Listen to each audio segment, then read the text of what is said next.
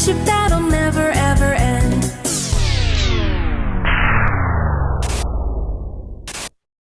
Run!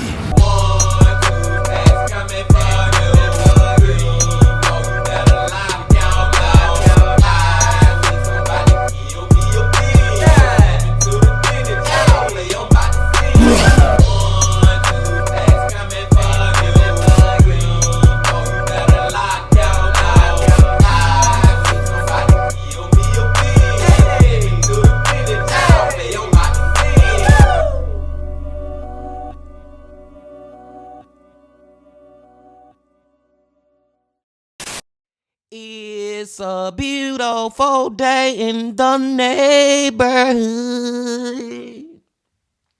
Reaction Beanie, yo, 819. In that neighborhood, my brothers and sisters. It is Sunday once again, my friends, which means that it is that time of the week when we get to go back to the man. We get to go back to the myth. We get to go back to the legend, MrBallen. MrBallen Sundays being team. Hope y'all doing excelente out there today. And I'm glad that you came on back to the channel once again to help with the bean. And the title of the video is These Missing People's Last Moments Were Recorded. Now, I guarantee you it's about to be some what is going on last moments that were recorded, being team. And I'm ready to get into it. But before we get into it, y'all know what y'all got to do. Get whatever you may need. Get what you need, please. We back to the man, the myth, the legend, MrBallen. Y'all got what y'all need. Y'all ready to go? Then let's go. Today, I'm going to tell 3 very strange disappearance stories. And in one of them, I'm even going to play some audio that was recently made public that's very unsettling. So you want to make sure you stick around for that. But before we get into today's stories, if you're a fan of the strange, dark, and mysterious delivered in story format, then you've come to the right place because that's all we do, and we upload once a week. So if that's of interest to you, please sneak into the like button's house and replace all of their shoelaces with slightly shorter ones. Also, please subscribe to our channel and turn on all notifications so you don't miss any of our weekly uploads. Okay, let's get into today's stories.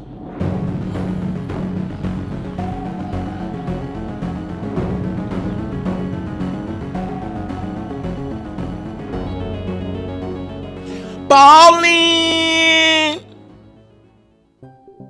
At 8:30 p.m. on August 20th, 2010, a 76-year-old man named Zhang walked through the streets of New Taipei City, which is a major city in northern Taiwan.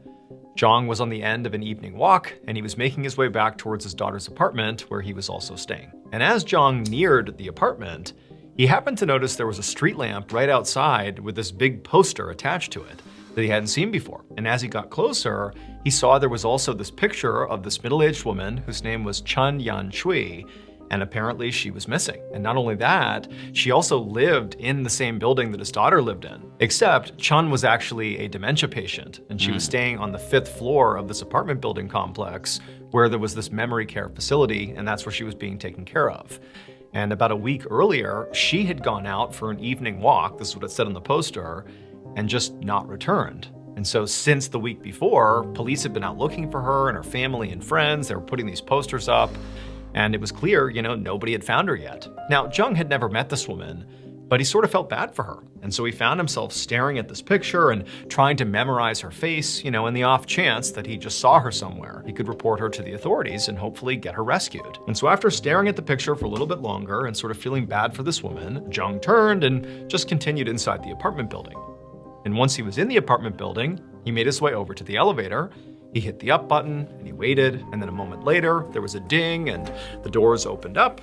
He stepped onto the elevator, he pressed the button, the doors closed, and then Zhang waited as he headed up to his daughter's apartment on the 7th floor. But as he was going up, he noticed he had accidentally hit the 6th floor, not the 7th floor, And right at that moment, he saw that he was reaching the 6th floor, and so the elevator car was slowing down. And so he just was like, oh, whoops, and he hit floor 7. But by the time he hit floor 7, the car had come to a stop on floor 6, and the doors were opening. And when the doors freaking open, I got a feeling he gonna meet the missing lady, but maybe he ain't gonna realize it in the moment, and she gonna get away, and then later on he gonna be like, oh, you know what I'm saying? That was the lady on the poster I just seen on floor 6. I don't know, Bean Team. I may be reaching with that one, but y'all know I got to get my predictions out there. It would need to reset. Doors open on 6, they close, and then he'd go to 7. Like, this is no big deal. And so Jong is just waiting, for these doors to open, shut, and go up one more floor. However, when the doors opened on floor 6, Jong is looking straight out, and he could not believe what he saw. And he just began to scream. Around the same time this was happening, Jong's daughter was finishing up her shift at work when she got a phone call. And she saw it was coming from her dad, and he rarely called her when she was at work. So this was sort of confusing and surprising. And so right away she picked it up and she answered, and immediately she hears her dad screaming incoherently. He's obviously terrified. And all Jong's daughter can hear is that her dad is saying he's trapped. He's trapped in an elevator and he doesn't know what to do. And so, Jong's daughter is getting scared just based on what her dad sounds like. She doesn't really know what's going on, but she told her dad, like, okay, I'll call the building. We'll get you some help. Like, stay calm. You're going to be okay. But her dad just continued rambling and he was totally incoherent. And eventually, Jong's daughter just said, okay, Dad, like, just hang tight. I'm going to get you some help. And then she hung up, and then she immediately called her apartment building's administration and emergency services line and told them, hey, I think my dad is stuck on one of your elevator cars. He's really upset. Can you please help him? And after getting the emergency services to, get spun up into action to go save her dad, Jong's daughter left work, hopped in her car, and began rushing home. It would take Jong's daughter about 40 minutes to get back to her apartment. And by the time she got there, she fully expected her dad would be safely out of the elevator. I mean, he was obviously very upset, but she had called the building. They were on it. They were going to get him out. But when she went inside the lobby of the apartment building, she saw a crowd of police officers just standing there. She didn't see her dad anywhere. And before she could even ask any questions, she noticed one of the officers was on the phone. And clearly, just based on what was being said by this officer, he was talking to her father. Like, he was talking to somebody who was hysterical, and this officer was doing his best to try to calm him down and sort of talk him through what was happening. And so Jong— Hold on, time out, Bean Team. Gotta throw another prediction out there. And I'm kind of switching it up now because now we know Jong is stuck. Maybe the reason that this elevator is stuck because the person who is missing, some kind of way they fell into the elevator shaft and now their body has the elevator stuck. Are y'all following me, Bean Team? I don't know if that's the case. Let's find out. Daughter immediately walks up to this officer and says, hey, I'm his daughter, the guy who's stuck in the elevator, I'm his daughter. What's going on? I would have figured he'd be out by now. Like, what's happened? At this point, one of the officers confirms that, this really is this man's daughter. And he pulls her aside and he explains to her that, yes, your dad is still in the elevator because we can't get him out. The reality is this is not a normal situation here. He's trapped in there, and really the only way for him to get out is for him to do something really specific. Like us and the building staff, like, we can't do anything.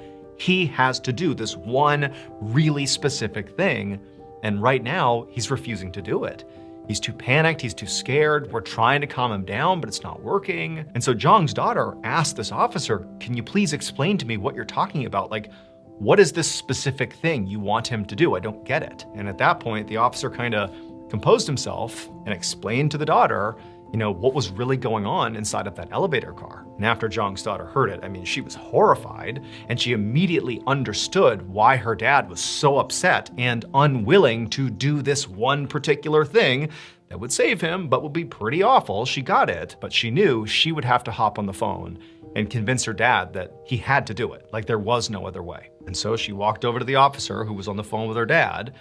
She took the phone, and she began talking her dad through, what he really needed to do here. She basically gave him a pep talk and said, Dad, for me, you got to find the strength and do this thing and get out of there. And sure enough, just a couple of minutes later, the elevator doors in the lobby chimed and opened up, and Jong came stumbling out. He looked horrible, disheveled, but he was okay. And right away, police officers rushed towards him, But they bypassed him and went into the elevator and immediately surrounded something in the elevator car. It would turn out that missing woman, Chun Yan Chui, the woman who was on that poster that Zhang saw before he walked into the apartment building, well, she really had gone missing a week earlier on her evening walk. But everybody thought she got lost while she was on that walk because she was a dementia patient and so, she had memory issues. But the reality was, she actually did come back to her apartment. However, when she got on the elevator, she actually made the same mistake that Zhang did. Now, she was not trying to get to the 7th floor, she was trying to get to the 5th floor, but she accidentally pressed the 6th floor. So up she goes, she gets to the 6th floor, the doors open up, she steps off the elevator car, and she's immediately completely confused. And for what it's worth, it didn't matter that she had dementia. Anybody who got off on the 6th floor would likely be confused if you had never been to this building before, because the 6th floor was actually a private residence. And the person who lived on that floor was so worried about people breaking into their private residence that they had installed a metal gate in front of the elevator doors. And so unless you had the key to get through this gate, when you got off on the 6th floor, you basically would step onto a little platform that basically is the hallway leading into the 6th floor, and then you'd be hit with the gate. And so that's exactly what happened to Chun. She got off on the 6th floor, maybe thinking this is the 5th floor. She stepped onto that, little narrow strip that you could actually stand on the 6th floor before you reached the gate. And then as she was trying to figure out, where am I? This isn't the 5th floor. This doesn't make any sense. There's a gate in front of me. The doors to the elevator closed. And she had no way to open them up again because the buttons to access the elevator were beyond the gate. And so suddenly Chun is standing in this narrow space. The doors have closed behind her and she can't do anything. She's trapped between the gate and the elevator doors. Hold on, time out, man. Why did this building, whoever over controlled this building, allow this to take place? As far as the structure of this 6th floor, who thought this was freaking safe? You know what I'm saying, man? I understand whoever the residents of the 6th floor, they want to make sure nobody don't break in. I understand the whole gate thing and you gotta have a key. But just that little gap in between the gate and the actual elevator door where somebody is clear, nobody thought that, man, somebody can get trapped like this. You know what I'm saying? And possibly fall because I don't see no walls on the side of her. That's crazy to me. That is crazy that they thought that was an okay idea to build that 6th floor like that. Let's go. Even though people are using this elevator right behind her, the only person who would come to the 6th floor is the owner of that residence, and they were on vacation. And so for days and days, Chun is just trapped basically in between the gate and the elevator with no one having any idea she was there. She's calling out, she's doing everything she can to get somebody's attention, but nobody can hear her. And after 5 days of this, when the owner of this residence didn't come home because they were on vacation, she eventually died because she didn't have food or water or anything. She was just standing there for 5 days. And so she dies, and then a couple of days later, Zhang accidentally rides to the 6th floor. He's like, oh shoot, I need to go to 7. He hits 7, but the doors open on 6.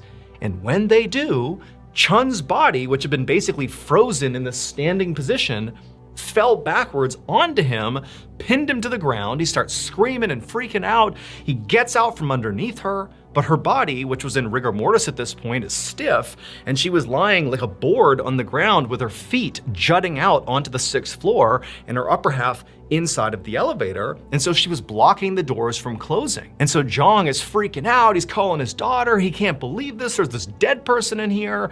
And eventually police get involved and they tell Zhang, you just gotta move the body so the doors will close. But again, her body is heavy and it's stiff and she's obviously deceased. She's starting to decompose, and Zhang basically couldn't handle it and he was unwilling to move her body until his daughter hopped on the phone and said, you gotta do it. At which point he managed to lift her up, get her out of the way and kind of push her off to the side of the elevator car. He rode down to the bottom, at which point the police came in and handled the situation. Now, the owner of the 6th floor residence was not held criminally responsible, despite putting that gate up that created this trap that killed Chun. However, despite that, he would end up paying Chun's family about $97,000 equivalent just to compensate for her death. Whew.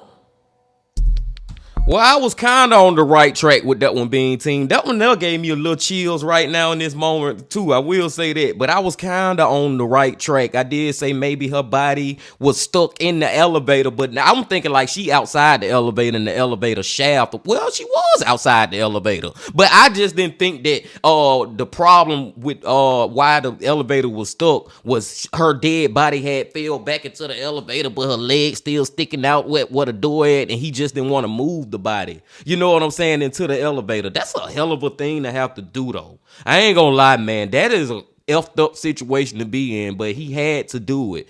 I was more to thinking that in order for him to actually get the elevator to move, it was gonna cause what's her name? Sean, the lady who died. I was thinking that maybe him moving the elevator was gonna cause her body to get like cut in half or something, like her legs was gonna have to get cut off or some gory like that. It wasn't that gorish. I don't even know if that's a word, but it still was a terrible thing that man had to do. And I also thought that maybe she had fell, like, I don't know, MrBallen never said if it was walls or not, but maybe it was walls on the side of her. But like I said, man, at the end of the day, it was still effed up how it turned out, being team. It was effed up how it turned out.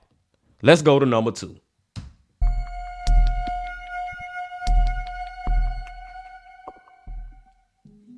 On the morning of August 18th, 2018, a 41-year-old man named Vladimir Kostenko stepped out of a taxi onto a desolate road in the middle of the Alaskan wilderness, miles and miles from civilization. All he had with him were his cell phone, a solar-powered charger for his phone, and a backpack that contained some clothes and 5 pounds of oatmeal. Vladimir bent down and leaned into the taxi to pay the taxi driver, and as he was doing that, the driver looked up at him and just said, "Are you sure you want to do this?" And Vladimir just smiled and nodded and said, "Yep, I'm going to be just fine. Don't worry about me." Now, the taxi driver did not really buy this and just looked at Vladimir like he was completely insane. But Vladimir wasn't shocked. I mean, this is kind of how everybody reacted to him when he told them about this trip he was doing into the wilderness. You know, when he had brought it up to his family the first time, they and all of their family friends had basically rallied together to try to stop Vladimir from going on this trip. It was way too dangerous. But Vladimir said, "Guys, I'm going. Like, you can't stop me. I'm doing this. It's important to me." And at that point, when, the family and friends knew they couldn't change his mind, they shifted and said, well, at least, bring a gun or bear spray or something to protect yourself. But Vladimir also refused that too. He said, "Nope, I don't need any of that because the only thing I need is God. God is going to protect me." So Vladimir was extremely religious. He actually had left his home country, Russia, when he was in his early 20s because he was being persecuted for his Christian beliefs. And so now, in the United States, he lived out in Washington State and basically lived his life like a monk. I mean, he spent the majority of his time, basically praying and meditating and reading religious books, and he would often go on these multi-day long fasts. He did work part-time as a mechanic, but he rarely charged his clients when he did work. And then even when he did charge them, he was working so few hours that the money he was making was totally unsubstantial. But again, the way Vladimir looked at this is he didn't need money because ultimately God would take care of him. But despite all of his fasting and his praying and, his generosity, lately Vladimir had been feeling really lost. Like, he did feel deeply spiritual, but at the same time, he didn't really feel fulfilled. Like, he felt like he was missing purpose in his life, and it was really starting to bother him. And so it was around this time that Vladimir decided to go on this big trip. One of Vladimir's I just gotta say, Vladimir is a very interesting guy. I'll just say that, being team, very freaking interesting. And I just hope his need to go out in this freaking wilderness for whatever, I hope he survives. Let's find out if he does. Family friends was this guy named Dmitry Kudrin, and he owned this small cabin way out in the middle of the Alaskan wilderness. Now, Dmitry didn't use this cabin very much, but he kept it in great shape. It was fully furnished, there was a wood-burning stove inside, and the pantry was stocked with 3 years' supply of food. And so at some point, when Vladimir and Dmitry were talking, and Vladimir talked about feeling sort of lost and wanting to reconnect with his spirituality and find his purpose in life. Well, at some point, Dmitri said, well, hey, if you want, you can go use my cabin and sort of disconnect from society and go retreat out there and sort of focus on yourself and sort of get right with the world. You're welcome to go out there anytime you want. You can stay out there as long as you want and for free, no problem. And Vladimir had happily accepted. And now here he was, standing on this desolate road in the Alaskan wilderness, watching as the taxi driver drove away. Except he wasn't even close to the cabin. I mean, he was in the middle of nowhere already, but he still had to go 14 more miles with no trail to make his way to this cabin. But Vladimir was so excited, he really felt like this was the thing he needed to figure out his purpose in life. And so he put his backpack on, took a deep breath, and began to hike. 3 months later, on November 3rd of 2018, Dmitri, Vladimir's friend who owned this cabin, found himself in his plane flying over the area roughly where his cabin was. And Dmitri was feeling very concerned. So obviously, Dmitri suggested Vladimir go out and use this cabin. And so he was totally open to the idea of it. But Dmitri had also told Vladimir that when he went out there, he really ought to bring a gun with him. Or if nothing else, at least some bear spray or something to protect himself, because this is truly the wild. You are not the top of the food chain anymore, and you want to be able to protect yourself. Yes, dude, like bring a freaking gun, man. But I just gotta say, 14 miles away is crazy. From where the taxi dropped him off at, he still had to go 14 miles, no trail, which means he just walking and hiking through trees and bushes and snakes and bears and mountain lions looking at him. You know what I'm saying, BT? Man. And from the sounds of it, he probably got to end up getting attacked by an animal. Let's find out. But Vladimir had said no, he would not be going with any sort of weaponry, that, God was going to look after him and he'd be fine. And Dmitri's like, that's a bad plan, but he just could not convince Vladimir to change his mind. And so ultimately, Dmitri sort of regretted even suggesting this idea because he didn't expect Vladimir to go unarmed, but he felt like, you know what, it's already in motion. And so he told Vladimir, okay, fine, do your thing, but when you're out there, I need you to communicate with me regularly so I know you're okay. And Vladimir promised he would. And at first, that is exactly what happened. Vladimir, made the 14-mile hike from where he was dropped by the taxi. He got to the cabin, he got all set up, and then just about every other day or every few days, he would hike up this nearby mountain where there was cell phone service, and he would update Dmitri. He would tell him that things were going great. He was spending lots of time meditating and praying, and he was foraging for berries, and there was this pesky squirrel that kept coming in and stealing his food, so he was trying to figure out what to do with the squirrel, but clearly things were going fine, and Vladimir appeared to be safe. However, after 6 weeks of Vladimir being at this cabin, those pretty regular updates just abruptly stopped. Now, at first, Dmitri kind of chalked it up as like, well, I've been talking to him for weeks. There didn't appear to be any, burgeoning crises or anything going on in his life that might warrant some concern. He's a capable guy, maybe because it's the Alaskan winter and Alaskan winters are notoriously dark. There's not a lot of sunlight. Maybe his solar-powered charger isn't working. He can't get enough sunlight, so he can't charge his phone. And so maybe that's what it is. He just can't contact me because his phone doesn't turn on. Basically, Dmitri was coming up with these sort of rationales for why he wasn't hearing from his friend. But as the days went on and Dmitri still didn't hear from Vladimir, he couldn't help but start to feel like something's wrong here. And so finally, in early November, when Dmitri still had not heard from Vladimir, it's been about a month since those text messages stopped, Dmitri decided to get into his plane and fly out over the area where this cabin was and literally look down and see if his friend was down there in the cabin. Also, this gave Dmitri the opportunity to put some supplies on the plane in these big buckets that he could literally throw out down to Vladimir to also restock him. So Dmitri is now in his plane and he's circling around the area where his cabin is. But this cabin is really small and it's sort of in this big sea of trees. I mean, there's nothing else for miles. And so it's pretty difficult with the naked eye to actually look out and see his own cabin. But Dmitri had this camera on the underside of his plane that he could maneuver and look all around. And he had this screen that he could see from the cockpit that was basically an enhanced view of the ground down below. It was a lot easier to see, for example, his cabin. And so as he was circling, he's moving the camera around, and then bam, he sees right in the middle of his screen is his cabin. And there doesn't appear to be anything wrong with the cabin. You know, it all looks good. There's smoke coming up out of the chimney. And as he's circling, he's thinking, okay, Vladimir clearly is going to hear me. He's going to come outside and I'll see that he's okay. And sure enough, as he's circling around, Dmitri sees on his screen that the front door of the cabin opens and his friend Vladimir walks right outside onto the porch. He puts his hands on his hips and he looks up and he waves at Dmitri. And there's this moment of clear recognition, like obviously Vladimir knows this is Dmitri coming to check on him, and like, you know, Vladimir's down there kind of gesticulating that, hey, you know, everything's fine, I'm good, you know, sorry about the phone thing, or, you know, Dmitri didn't know what he was doing, but it just sort of seemed like, okay, there's recognition here, that it's been a month, but everything is fine. And so my eyes are very big right now, Bean Team, because I was just waiting on MrBallen to say that Vladimir was dead. I know I wasn't the only one out there thinking that, man. And just to see him walk outside the cabin, he got his hands like this, you know what I'm saying, looking and waving like everything all good. But we know it's about to be a plot twist to this, and I don't know where we going.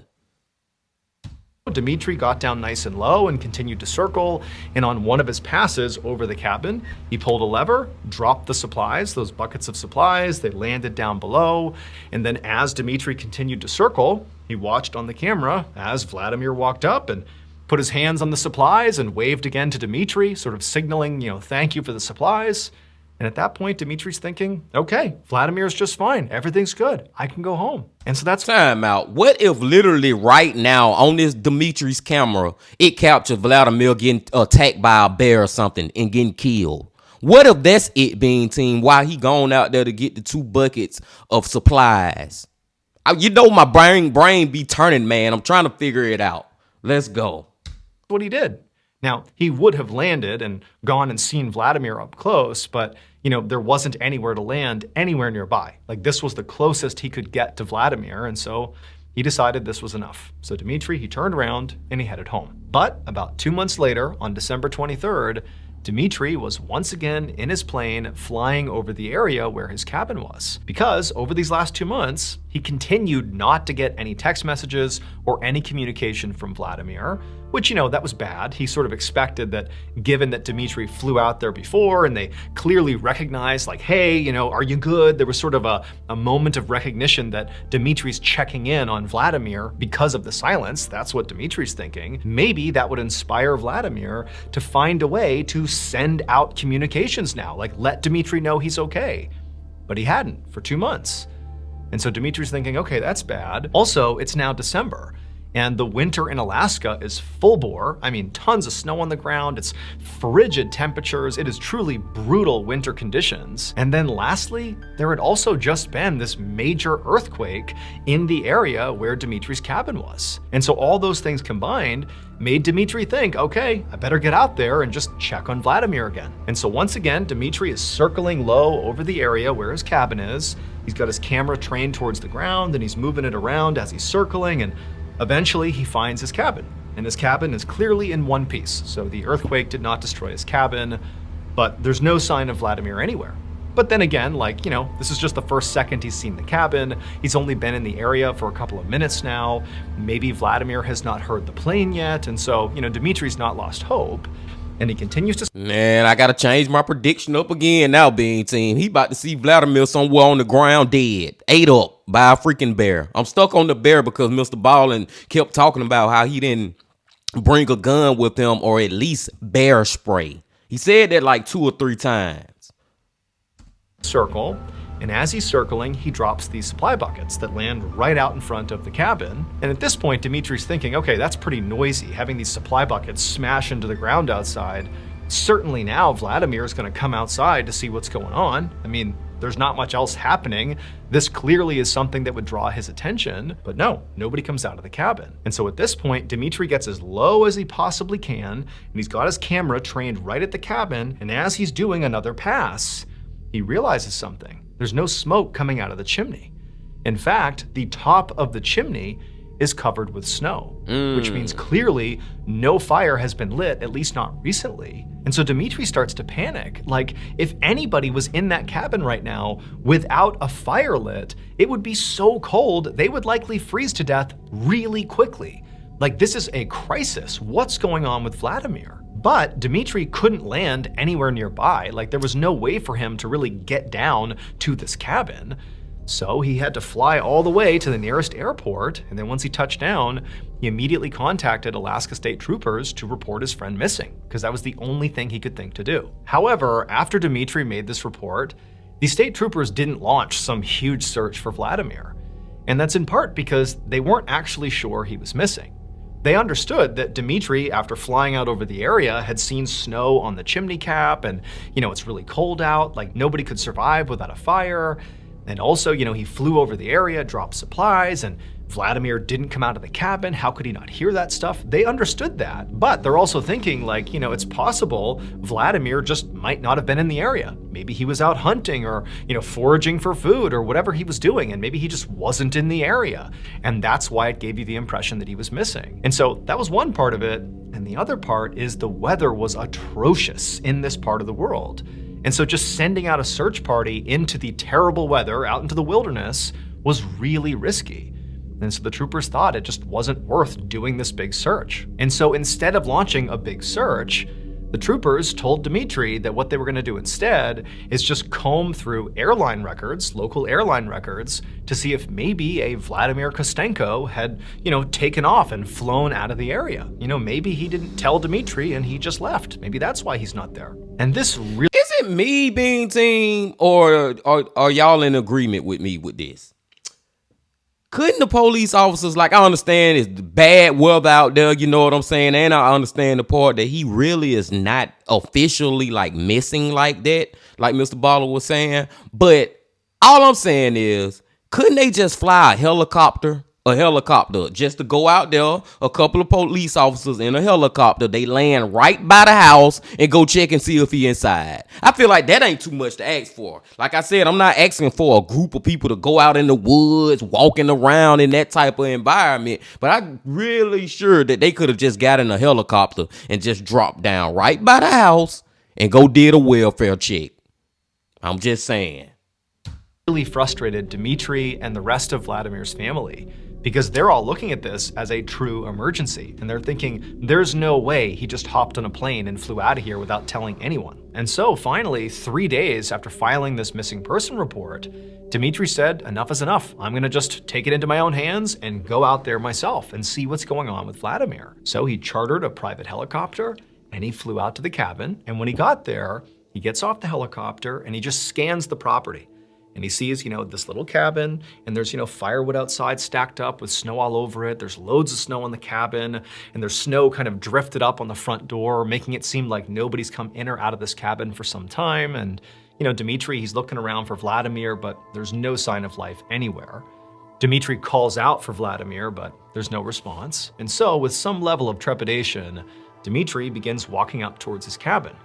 And when he gets close enough to the front door, he notices something weird. He sees that the front door of this cabin has clearly been boarded up from the outside. There's this big piece of metal that's been placed, basically blocking the door, so nobody could go inside of it. And so Dmitri's thinking, like, why would you do this unless you were leaving the cabin? But why would Vladimir leave the cabin? Like, where is he? I don't understand what's going on here. And so Dmitri goes up to this piece of metal and pries it off the front door, and then he swings open the front door and he looks inside, and everything is pristine. Vladimir is not inside, but the cabin looks immaculate. There's still firewood, there's still food, there's no sign of chaos, no sign of any struggle whatsoever, like everything looks exactly like it should. And so Dmitri, he began walking around inside of this cabin, looking for any clue as to what happened to Vladimir. But there was nothing. Until he got to the firewood. He noticed that clearly Vladimir had been labeling his firewood. There was one piece of firewood in particular where the writing was very clear, and what it said was, frankincense aroma, do not burn. And so Dmitri's looking at this piece of wood, that's been labeled as something that he shouldn't be burning, and he's looking at other pieces of wood that also have some level of labeling on them, and he's thinking, like, what does that mean? I don't understand that at all. But that was it. There was no other clues about where Vladimir had gone. And even the labeling of the wood, like that didn't give him anything. And so the impression that Dmitri got after seeing this firsthand was that at some point, Vladimir, for reasons completely unknown, just decided to board up the cabin and disappear into the Alaskan wilderness with basically no protection, no clear sign he even brought food with him. He just got up and left. Friends and family, and even some authorities, believe there is a chance he could still be out there somewhere. In fact, at one point, authorities thought they had found Vladimir in Hawaii. It turned out not to be him. And then again, they thought they found him in Oregon. It turned out not to be him as well. But the case is still open, and authorities think, at least some do, that he might be alive somewhere. But nobody knows where. And so at this point, all the family has to go off of is the final image of Vladimir, which was taken from inside of Dmitri's plane when he did that first flyover, and he saw Vladimir come out on the porch. That is the final image of Vladimir that we know of. We don't know what happened after this image. All we know is, at some point he began labeling his firewood, writing down which aroma the wood makes, and then he boarded his place up and he left. But where he went next is still a mystery.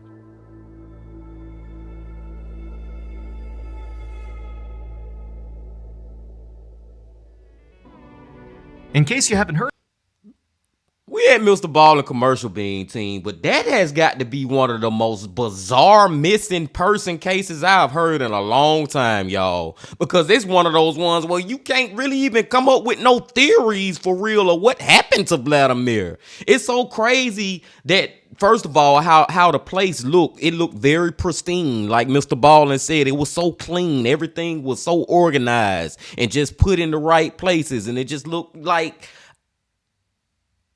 crazy because it was boarded up. The freaking front door and the windows, they had been boarded up. And it had to be Vladimir, right, who did that. But then why did he do that and just leave the house? Is Vladimir still alive or not being seen? Like, this one right here, I feel like I cannot come up with no theories and no solid answers at all. Yes, you can think he alive. Yes, you can think he dead. You know what I'm saying, man? It could go either freaking way. And it kind of reminds me and gives me the thing that giving me hope for some reason. And I can't even remember why I seen this. That I don't know. I reacted to it with y'all or whatever. But I know it's a story. Well, I think it was on Tragedy Tales, y'all. But I know it's a story of a little boy who had went missing, or maybe it was the Lazy Man Masquerade. But it was this little teenage.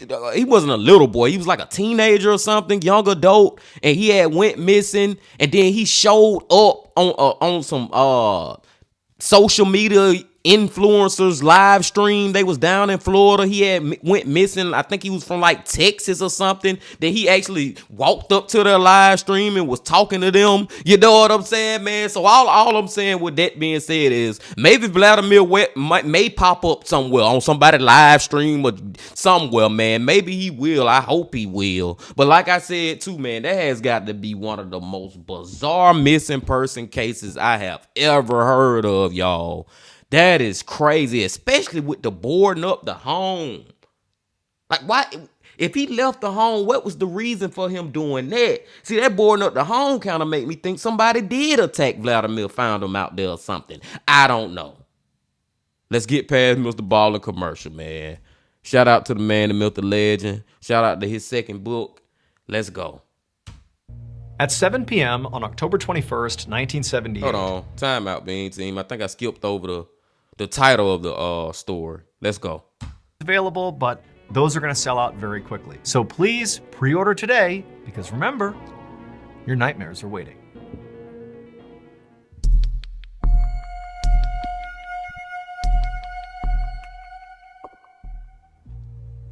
At 7 p.m. on October 21st, 1978, a 20-year-old pilot named Frederick Valentik flew his small plane over a body of water just south of Australia called the Bass Strait. He'd just taken off from Melbourne, Australia, and his flight plan was to go 60 miles south to an island called King Island. And he was really excited about this flight. Not so much about where he was going, but because this represented the first time he'd actually be flying by himself at night. So Frederick had always dreamed of becoming a pilot, but the journey to actually becoming one had been really difficult. He had applied twice, actually, to the Royal Australian Air Force, but Unfortunately, he could not meet their requirements.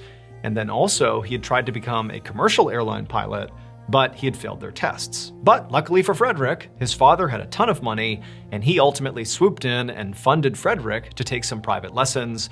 And through that, he was able to ultimately pass the tests and get his pilot's license. And so, as Frederick coasted along, looking down below at the lights of Melbourne disappearing behind him, he felt like he was on top of the world. He was doing the one thing he had always dreamed of, and he was so happy, and it was so cool to be doing it at night by himself. And so he was just looking out at the sights and looking ahead at the Bass Strait, which is this huge, dark expanse of water.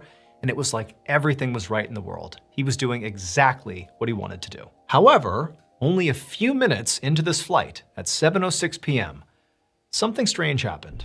As Frederick was flying along, he suddenly became aware of a light coming from somewhere behind him. Remember, it's nighttime, so it's totally dark where he is, and he's flying over a body of water, so he's kind of like in this void of darkness. And so any lights are really gonna illuminate the cockpit. And so he sees this light, he turns around, and maybe 3,000 or 4,000 feet behind him, he sees what looks like a plane. That is the source of the light. And right away, Frederick's thinking that is both surprising and also potentially very problematic, because he knew from his training that that was far too close to be to another plane.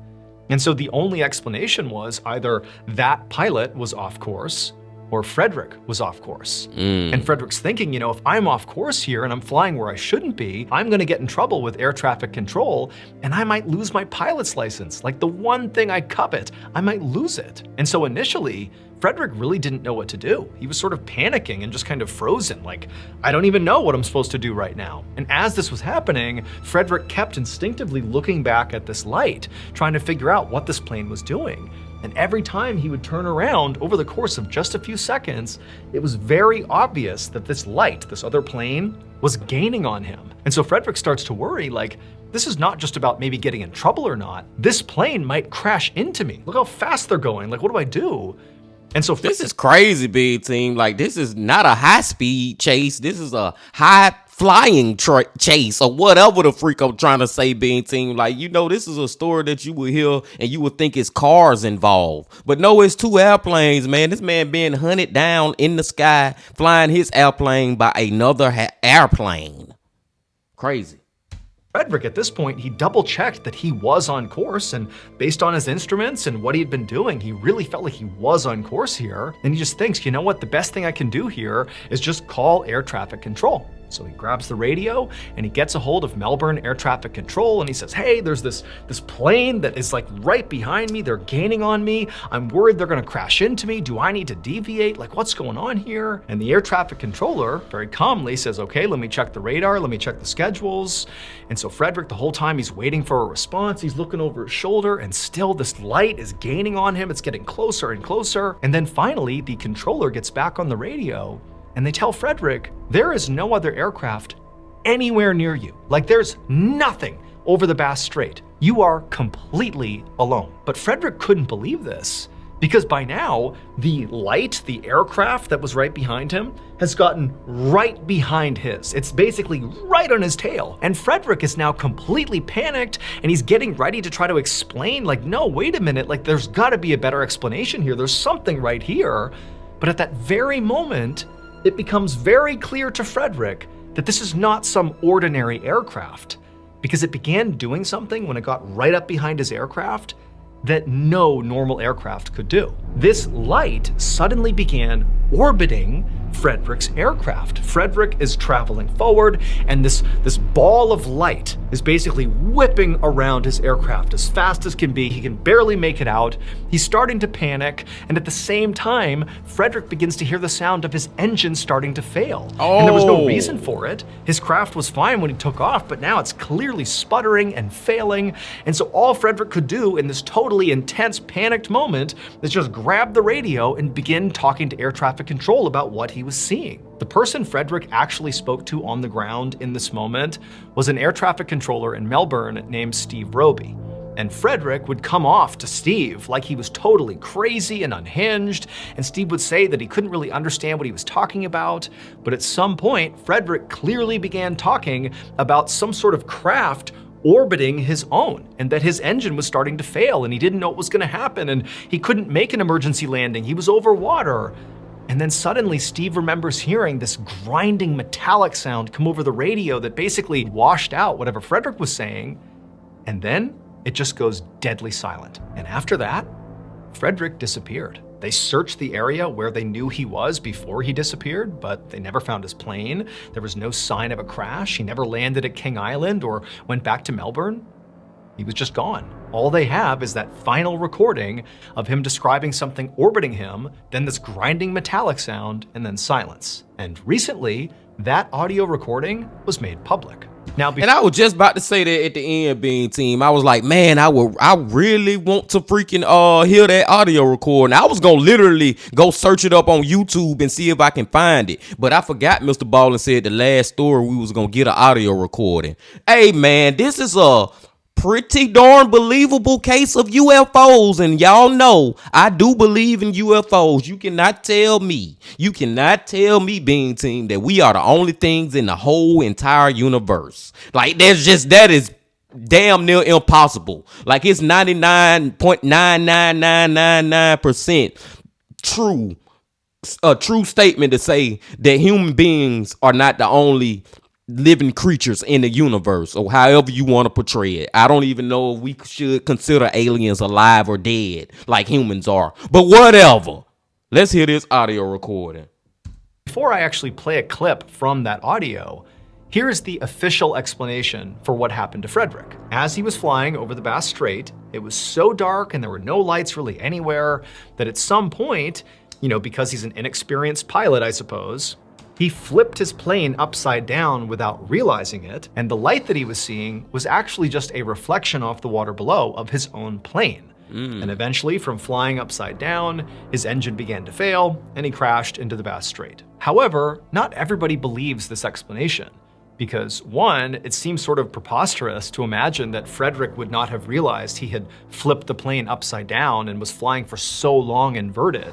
Like, how could you not notice that? And two, this would not be the first time that somebody reported unexplained phenomena over the Bass Strait. In fact, over the years leading up to this incident with Frederick, there had been so many reports of UFOs flying over the Bass Strait and also unexplained disappearances that they've dubbed the Bass Strait the Bass Strait Triangle, after the Bermuda Triangle. Basically, it's a part of the world where a disproportionate number of unexplained phenomena occur. And so to this day, Frederick's disappearance remains a mystery.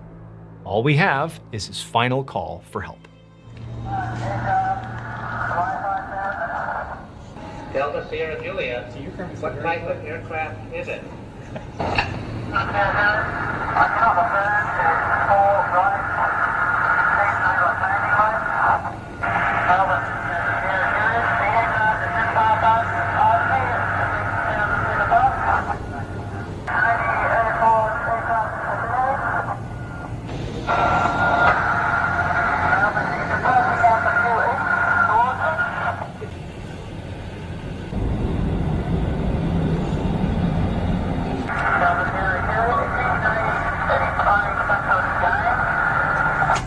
That was deleted from the press accounts for some reason.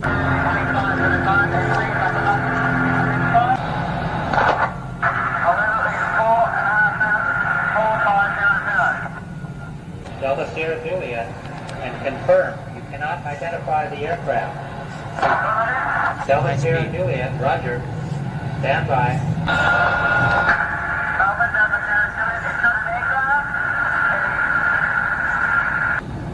Can you describe the aircraft?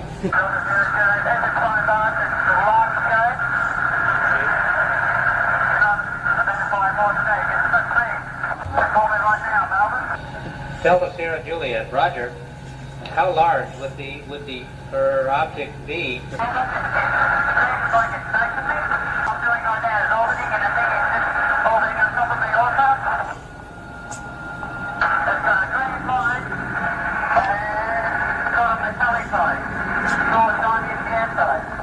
Delta Sierra Juliet.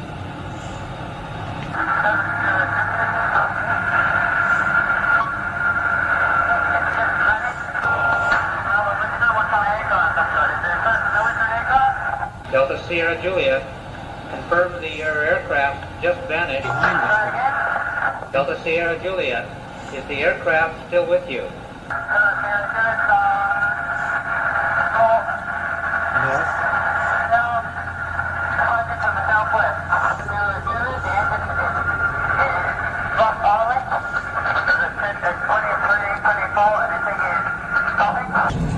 Delta Sierra Juliet, roger.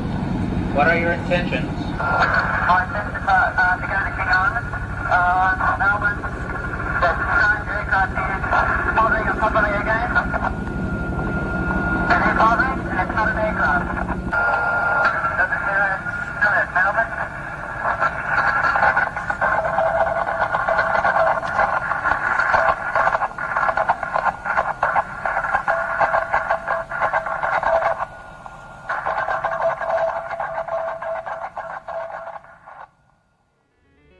Thank you so much for watching. Man, what the freak was that metallic sound at the end, Bean Team? Kind of give me the willies. Like, seriously, man.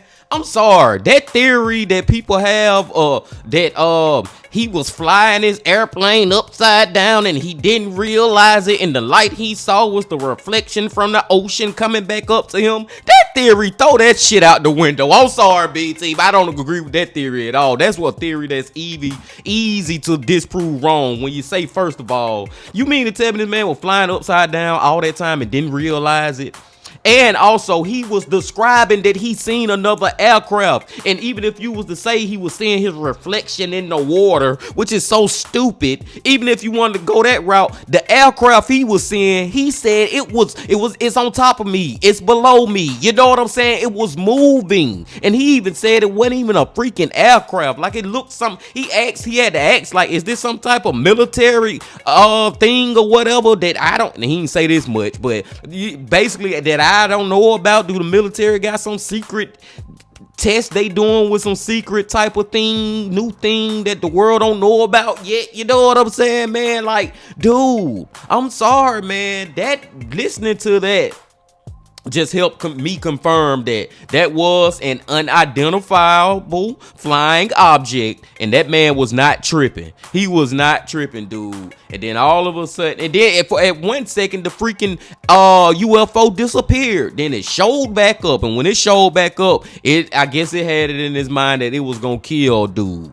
Seriously. And also, even from the beginning, the fact that the person at the station or whatever, when they looking at the radar, they don't see any other aircraft out there but his. Like, I'm telling y'all, Bean Team, is aliens out there, man. And that shows proof of people who believe it. And in a way, especially when I hear stories like this, I kind of believe it. Man, aliens might be walking amongst us, Bean Team, and we don't even know it, man. And I'm not even saying that humans are aliens. There's some humans out there that are aliens, even though I wouldn't be surprised if it is. I'm not really saying that, but what I'm saying is they can be like amongst us, invisible to us, if that even makes sense. I don't know, Bean Team. Don't make me start going down the freaking UFO road, because that road is crazy. It's most definitely freaking crazy.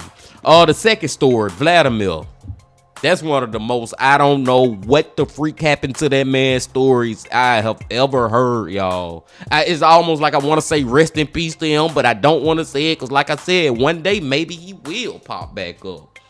The first one, I just rest in peace to the lady who died, who had dementia. I think her name was Sean or whatever, but it's just, I just don't understand how they thought that was a good idea, the way they had that gate. If anything, the gate should have been so close to the elevator till you couldn't have the chance to actually walk on to that little middle platform. You know what I'm saying? There should have been no space in between it. When the elevator door opened, the gate right there, and if you ain't got the key to unlock it, then you can't step into the home or whatever. It got to be done better than how they had it. It got to be done better than how they had it. And I digress, Bean Team. We've been here for a long time on this MrBallen, and it was a great MrBallen Sunday. I appreciate y'all coming on back as always. And before you leave, just please hit that like button, comment, subscribe, and do all that if you ain't did that yet. And remember this: love, peace, and happiness. Stay safe. Don't stop. Keep going. Yeah. If you're feeling lonely,